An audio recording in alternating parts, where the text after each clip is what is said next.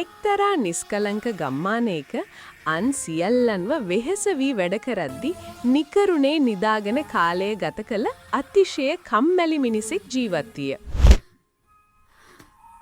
දිනපතාම දැඩි බඩගින්නක් දැනුණද වැඩ කිරීමට ඇති උවමනාවට වඩා ඔහුගේ කම්මැලිකම බලවත් විය. එක් දහවල් වරුවකදී කැලෑවක් තුල සංගවා තිබූ අద్භූත පැරණි මුට්ටියක් හමුවීමත් සමග ඔහුගේ වාසනාව පෑදුනේය. ඔහු පුදුමයට පත් කරමින් එම මුට්ටිය කිසිදු වෙහෙසකින් තොරව රසවත් ආහාර මායාකාරී ලෙස ලබා දුන්නේය.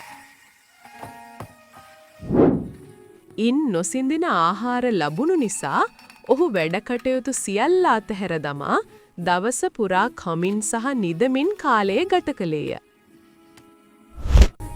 වැඩි කල නොගොස් ඔහුගේ සිත තුළ කෑදරකම දළුලා වැඩුණු අතර ඔහු එම මායාවෙන් ලබා දිය හැකි ප්‍රමාණයට වඩා වැඩි යමක් ඉල්ලා සිටියේය.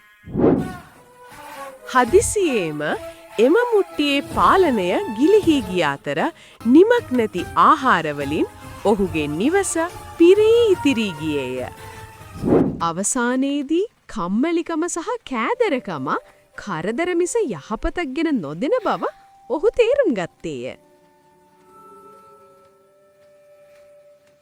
එහෙනම් මැජික් මුට්ටියේ කතාව අදට ඉවරයි. මේ වගේ වීඩියෝ දිගටම බලන්න ඕන නම් අපේ channel එක subscribe කරන්න, like කරන්න, share කරන්න.